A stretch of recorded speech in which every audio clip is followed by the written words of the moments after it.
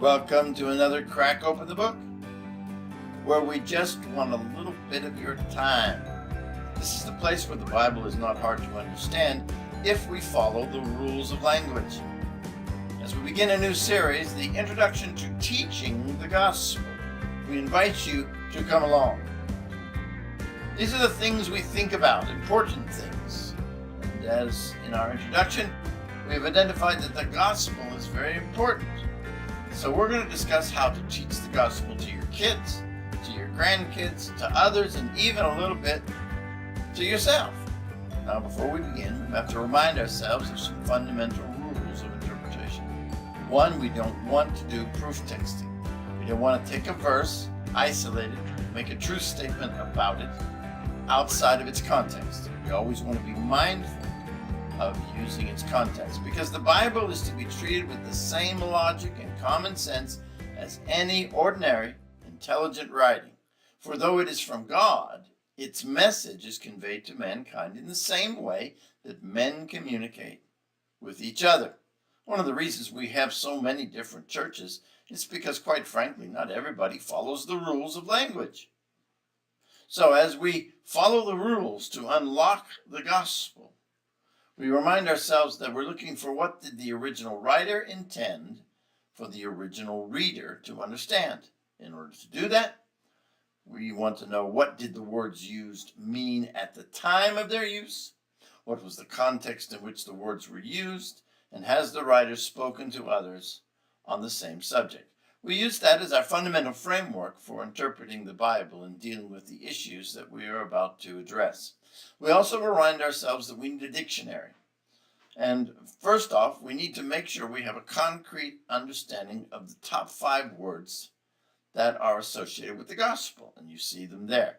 If you need further information or a detailed account, we have other videos on those words. Likewise, we want to begin to collect words from the 21st century, things that we hear people say or we say or use in our explanation. One of those is the word worldview. What a person believes to be true about reality. And that begins our story. Everybody has a worldview, and we're going to be looking at it from a clear understanding as given to us by James W. Sire in his book, The Universe Next Door. A worldview is a commitment expressed in a set of presuppositions. Now, those presuppositions may be true, they may be partially true, or they may be entirely false. The person holds those things consciously or subconsciously, consistently or inconsistently, but they're still his or her views. And those views are about the basic constitution of reality. And that provides the foundation on which we live and move and have our being. So a worldview explains basically why we do what we do. So a worldview is a belief system which explains the way I live. When you investigate a person and ask them certain questions, you can quickly discover some of the fundamentals of their worldview based upon the way they behave. And that's true also for you and I. So, when we begin to teach the gospel, we know that Jesus said he came to seek and save that which is lost. But quite frankly, some of the lost do not want to be found. So therefore, you are seeking the seeker. You want to have a keen insight. You're looking for the person who really wants to know. Now, that person, just like you, has a worldview. And that worldview can be discovered as you listen to clues that the person might reveal as you're having a conversation with them, while at the same time you introduce them to your worldview, which is a biblical one. Early in the conversation, you want to discuss the concept of faith with them. You want to remind them of the fundamental definition of faith, that faith is simply what a person believes to be true.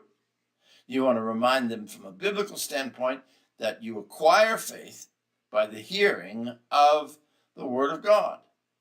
And finally, you remind them that faith has different degrees. And those degrees, little faith, much faith, is based upon one thing being the information that you acquire. The more information you acquire, the better probability of a stronger faith. So, you've discussed the issue of faith. Number 1 point. The Bible is the absolute truth. You start right here.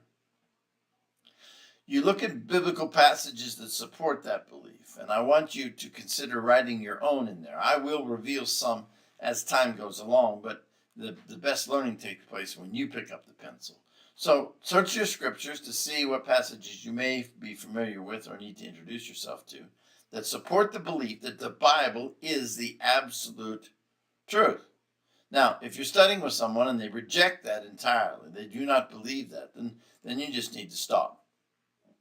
It doesn't do any good to continue the conversation because they reject the standard of truth that you put forth.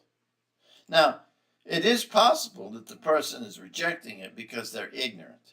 So, you take another stab at it by providing evidence to determine if it's ignorance or rejection. And so you may have sources and conversations about various science issues like carbon dating and thermodynamics or historical evidences or literary evidences within the book.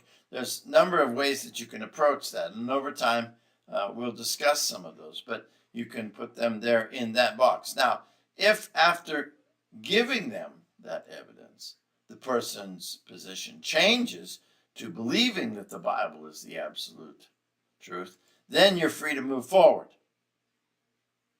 On the other side of the spectrum, if they already accept the idea that the Bible is the absolute truth, then it's time to go on to the next step. And that's exactly what we're going to do next time, is go to the next step. But in this episode, we established the fact that you must have the person concede that the Bible is the absolute truth, and it's the Word of God. If you can't get that conviction, then your time will be wasted. Now, next time we will deal with this statement as it relates to the sequence. For I am not ashamed of the gospel, for it is the power of God for salvation to everyone who believes. And that's where we started with, the basic belief in the Bible. But why, we will ask next time, why would anyone be ashamed of the gospel?